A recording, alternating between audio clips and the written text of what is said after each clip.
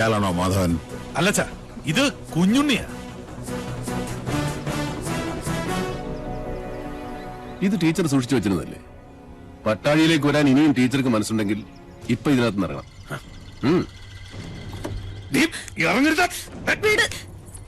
ധൈര്യമായിട്ട് വന്ന് കയറ്. കുഞ്ഞുണ്ണി കൊണ്ടുപോകും ടീച്ചറെ. ഒരുത്തനും നമ്മളെ തടയില്ല. നീ ഇവിടെ കൊണ്ടുപോകുന്നൊന്ന് കാണട്ടെ. ഈ കൂത്ത് നിന്റെ അമ്മയുടെ കൂത്തമ്പലത്തിൽ വെച്ചാൽ മതിട്ടോ മണിയും കൊട്ട പോത്തെ. അവനവന്റെ പ്രായത്തിനും ആരോഗ്യത്തിനും ചേരുന്ന അലർച്ച മതി. ഇനി അലറിയാൽ മൂത്ത് നരച്ചെന്നൊന്നും ഞാൻ നോക്കൂല. അടിച്ച് മടക്കി പോത്തുണ്ടി ഡാമിൽ എറിയും. വാസോ, ഓ അടിച്ച് കൊല്ലടാ രണ്ടരയും. എന്താടാ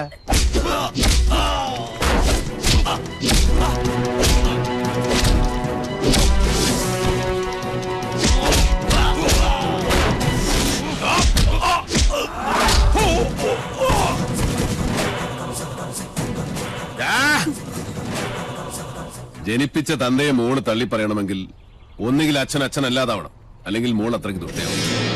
ഇതിലേതാണെന്നുള്ളത് തെക്കോട്ട് തലവെക്കുന്നതിന് മുമ്പ് കാരണം ഒരു ആലോചിച്ച് തീരുമാനിക്കും. രുദ്രാക്ഷം കഴുത്തിലല്ല, മനസ്സിലാണ് വേണ്ടത്. കേട്ടോ മോണിയംകൂട്ടി രാവണം. ഒന്നുകിൽ ഇത് ഇവിടെ വെച്ച് അവസാനിപ്പിക്കണം, അല്ലെങ്കിൽ നമുക്ക് ഇവിടെ നിന്ന് തുടങ്ങാം. രണ്ടായാലും എനിക്ക് വിരോധമില്ല.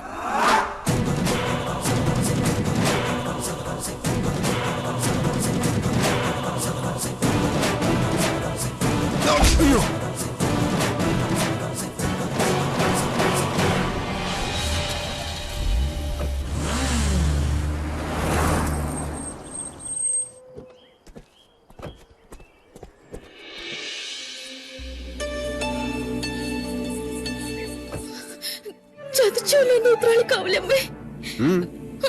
അതാരാ കുഞ്ഞുണ്ണിയുടെ കൂടെ? ഓ മനസ്സിലാവണില്ല.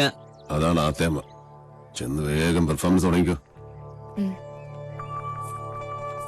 ആരാണാവോ? അമ്മേ, ഹായ്, എന്താ അത്? കുട്ടി ഏതാ? അമ്മേനെ ശപിക്കരുത്. പാർവതി, ഈ കുട്ടി ഏതാ? എനിക്കറിയില്ല, ഞാൻ കണ്ടിട്ടുമില്ല. ഈ കാണാലോ, അമ്മയ്ക്കും ചിറ്റശിക്കും ഇനി കണ്ണ് നിറയെ കാണാം. ഇത് മിത്ര നമ്പൂതിരി, നമ്മുടെ ഇവിടുത്തെ സംസ്കൃത കോളേജിലെ ടീച്ചറാ. പഠിച്ചത് ഇവിടെ തന്നെ. ആദ്യമേടെ അനുഗ്രഹം വാങ്ങിക്കാൻ വന്നതായിരിക്കും. നന്നായി വരൂ കേട്ടോ. ഏതാ ഇല്ലം? അത് മണിയാമ്പള്ളി. മണിയാമ്പള്ളി മണിയാമ്പള്ളി കേട്ടിട്ടില്ലേ? മണിയാമ്പള്ളി ഇല്ലം കേട്ടിട്ടില്ലേ? മണിയാമ്പള്ളി ഇല്ല. ഇപ്പൊ കേട്ടല്ലോ. ഇനി മനസ്സ് തുറന്നങ്ങോട്ട് അനുഗ്രഹിക്കുക. എന്നിട്ട് അമ്മയുടെ അരയിലിരിക്കുന്ന ആ താക്കോൽക്കൂട്ട് എടുത്ത് ടീച്ചറെ ഏൽപ്പിക്കുക. ഈ നിൽക്കുന്നതേ അമ്മയുടെ പുത്രവധുവാ. എന്താ? ബോംബ് പൊട്ടി. ഇനി മുതൽ ടീച്ചറാ ഇവിടുത്തെ ആത്തേമ്മ. ശിവ ശിവ, എന്തായി കാണുന്നത്? എടാ, എന്ത് തോന്നിയാസം കേട്ടാന്നായോ നിനക്ക്? കിരാവൻ ഇല്ലത്തിന്റെ അന്തസ് കെടുത്തിയില്ലോ നീ.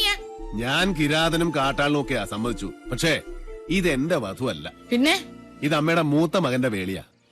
പ്രൊഫസർ പട്ടാഴി മാധവൻ നമ്പൂതിരിയുടെ സഹധർമ്മിണി. എന്നാ ആർക്കൊന്നും മനസ്സിലായില്ലേ? ശിവ ശിവ ചോദിച്ചു നോക്കൂ. ഇവൻ പറയണതൊക്കെ നേരാ? അതെ. മാധവ, മാധവ കേശവ. വൈകിപ്പോയി. ഇനി വിചാരണ വിളിച്ചോദ്യമൊന്നും വേണ്ട. വേണം. അവന്റെ മനസ്സറിയണോ എനിക്ക്? അറിഞ്ഞു.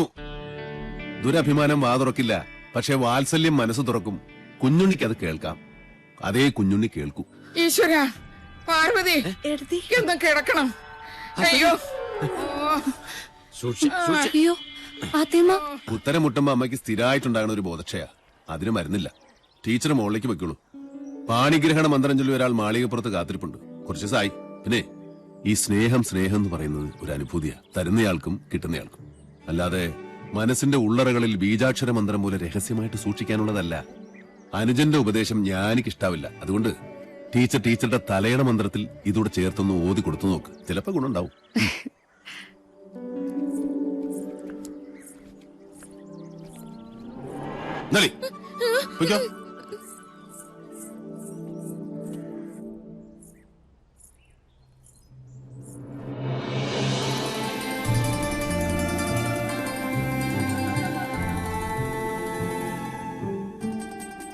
കണ്ടുവല്ലേ, അഗ്നിയാകാനും ഹിമമാകാനും നിമിഷാർത്ഥം പോലും വേണ്ടാത്ത എന്റെ ഉണ്ണിയെ. പട്ടാഴിയിൽ ഒരു സ്നേഹപ്പാലാഴിയുണ്ടെന്ന് പറഞ്ഞപ്പോ താൻ വിചാരിച്ചു കാണില്ല അതിത്രയും ചൂടുള്ളൊരു ചെങ്കടലായിരിക്കുമെന്ന്. അല്ലേ? മുൻഷുണ്ടി ലേശം കൂടും, അത്രേ ഉള്ളൂ. ഇങ്ങനൊരു അനിയനെ കിട്ടാൻ ഈ ഏട്ടൻ സുഹൃതം ചെയ്യണം. അനിയനോ? ജനനം കൊണ്ട് ഞാൻ മൂത്തതാണെന്നേ ഉള്ളൂ. കർമ്മം കൊണ്ട് അവനാ ഏട്ടൻ. പട്ടാഴിൽ എന്തിനും ഏതിനും കുഞ്ഞുണ്ണിയാ കേമൻ. അതെനിക്കിന്ന് മനസ്സിലായി. ഇത്രയും നാള് വിളിച്ച ദൈവങ്ങളോടല്ല, ഉണ്ണിയോടാ ഞാൻ നന്ദി പറയണ്ട്. എന്താ ഇത്? ഗുരുവായൂരപ്പന്റെ ശ്രീകോവിലിനുള്ളിൽ വെച്ച് 41 ദിവസം പൂജിച്ചെടുത്ത പട്ടുതാലിയ. ഇനി ഇതിനൊരു അവകാശം ഉണ്ടല്ലോ.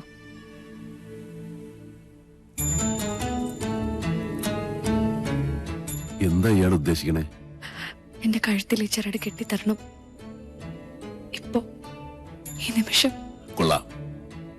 കൊട്ടും കുരവയും അഗ്നിസാക്ഷിയുമില്ലാതൊരു വേളി നടക്കട്ടെ, അതാവും യോഗം. എന്നാലും 1000 കർഗഹോമങ്ങളുടെ ബലമുണ്ട് എന്റെ ഉണ്ണിയുടെ ആശീർവാദത്തിന്. അത് മതി, എനിക്കത് മതി.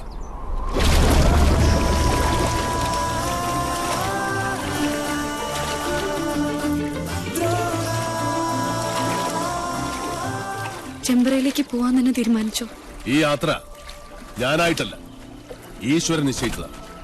മാധവൻ പോയിരിക്കും. പടനിലത്തിന്റെ എതിർവശത്ത് നിന്റെ അച്ഛനും സഹോദരങ്ങളുമാണ്. നിനക്ക് കരയാം, ചെമ്പ്ര ഇനി ശ്മശാന ഭൂമിയാകാൻ അധികം കാലമില്ല. ഒരു ധാത്രിക്കും രക്ഷിക്കാൻ കഴിയില്ല ചെമ്പ്രയെ.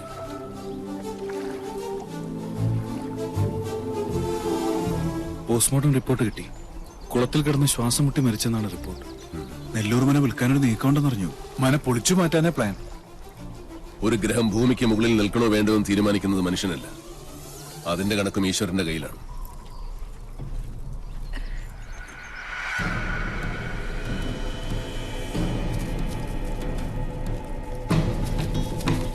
ഒന്ന് പെട്ടെന്നാവട്ടെ. നേരെ അങ്ങോട്ടിട്.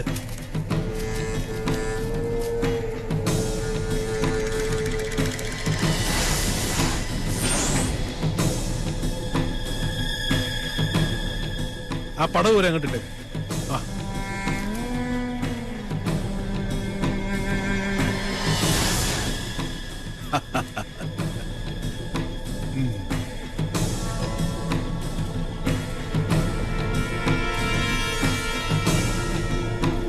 ഇതോടെ നശിക്കട്ടെ ചെമ്പ്രയുടെ ദുഷ്കീർത്തി, ദുശകുനം. നിന്ന് കത്തട്ടെ. ദാ അസ്ഥിവാരം വരെ ചാമ്പലാവണം.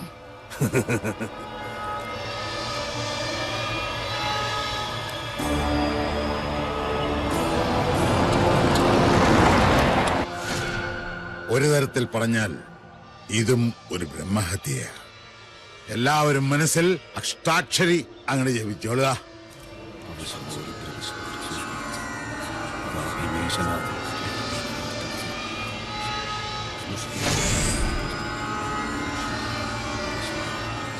ഇനി ഒട്ടും അമാന്തം വേണ്ട, അതിനങ്ങിട്ട് അമർത്തുക.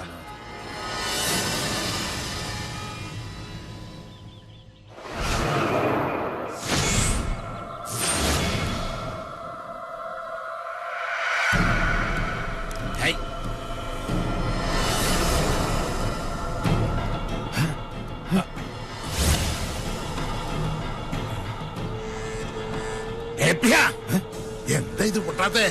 എന്താ എന്ത് പറ്റി നോക്കട്ടെ.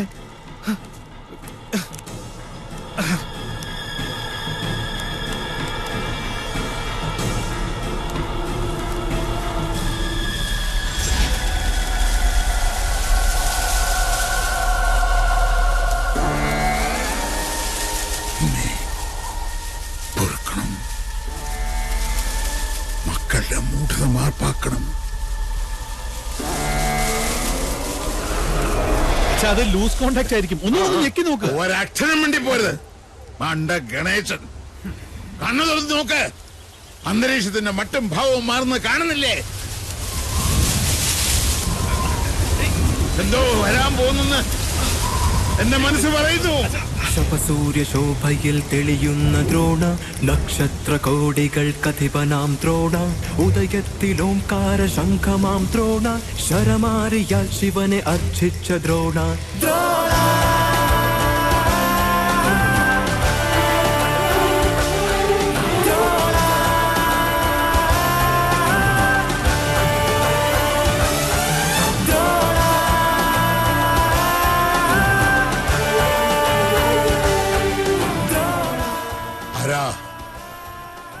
ഈ അവതാരം?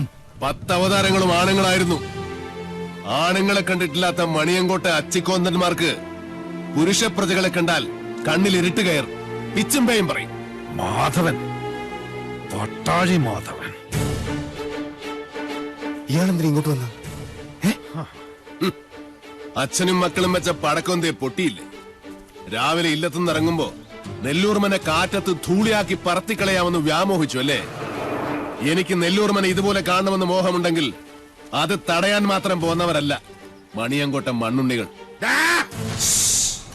മാധവൻ, പട്ടാഴി മാധവൻ, പട്ടാഴി മാധവൻ നമ്പൂതിരി.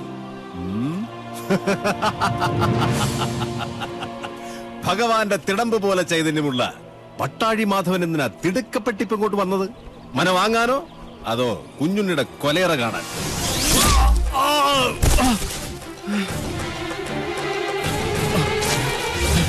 അഞ്ചു പ്രാണനും അലറിക്കരഞ്ഞപേക്ഷിച്ചാലും ഈ ദയന് ഞാൻ ആവർത്തിക്കില്ല.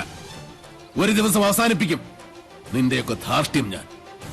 പക്ഷേ അന്നും തീരില്ല എന്റെ വ്യസനം. അവനെ വിടുക. എന്താ വേണ്ടത് നിനക്ക്? എനിക്ക് വേണ്ടത് ഒന്നൊന്നായി ഞാൻ കൊണ്ടുപോകും. അതുവരെ കണ്ടുപോകരുത് ഒന്നിനെയും ഈ മുറ്റത്ത്.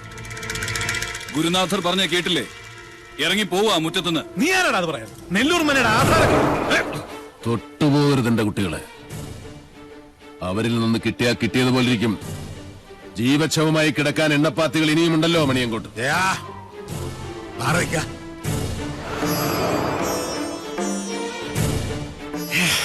ആധാരം കാണണോ? നല്ല ഒറിജിനൽ ആധാരം കൈവശമുള്ള അവകാശിയെ കാണുമ്പോൾ ഉള്ളുകാളിൽ താഴെ വീഴരുത് മണിയങ്കോട്ടുകാരനവര്. ഷാരടി മാമേ, ഒന്ന് കാട്ടിക്കൊടുക്ക്.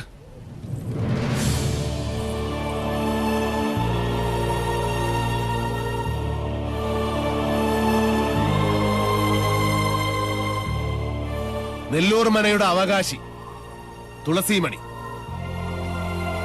മനസ്സിലായില്ലേ? നെല്ലൂർ ഹരിനാരായണന്റെ ഒരേ ഒരു മകൾ.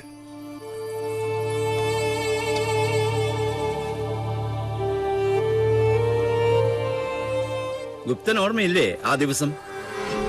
അന്ന് ഹരിയുടെ തോളിലിരുന്ന 5 വയസ്സുകാരി പെൺകുട്ടിയെ ആർക്കും കൊടുത്തില്ല. മണിയങ്കോട്ട് സാവിത്രിയുടെ കണ്ണിപ്പോലും പെടാതെ ഇവളെ ഞാൻ ശാലത്തെ അടുക്കളയിലിട്ട് വളർത്തി. ദുഷ്ടഗ്രഹങ്ങളുടെ ദൃഷ്ടിയിൽ നിന്നും ഒളിപ്പിച്ചു. സൂക്ഷിച്ചു നോക്കി മുഖത്തേക്ക്. ഇത് ഹരിനാരായണന്റെ മകളല്ലെന്ന് പറയാൻ പറ്റുമോ ക്രമൂപ്പീന്? പറ്റില്ല.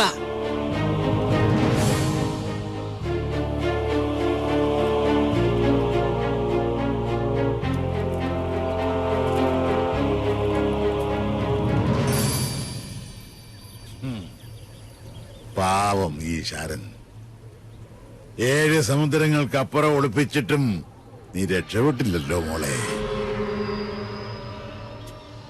എത്ര ആവാഹിച്ചിട്ടും സാവിത്രി ഇറങ്ങി വരാത്തതിന്റെ രഹസ്യം ഇപ്പൊ മനസ്സിലായി. കാത്തിരിക്കുക അവള്.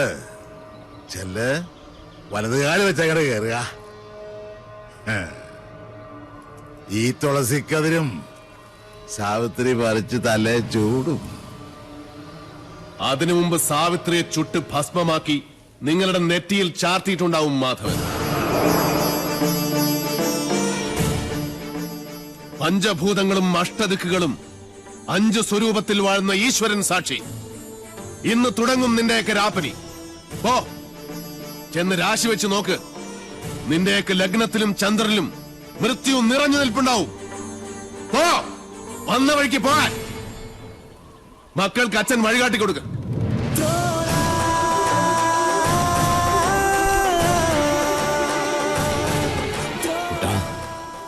ആഴമറിയാത്ത ചുഴിയിലേക്ക് കാലെടുത്ത് വെച്ചു ഈ അച്ഛനും മകനും.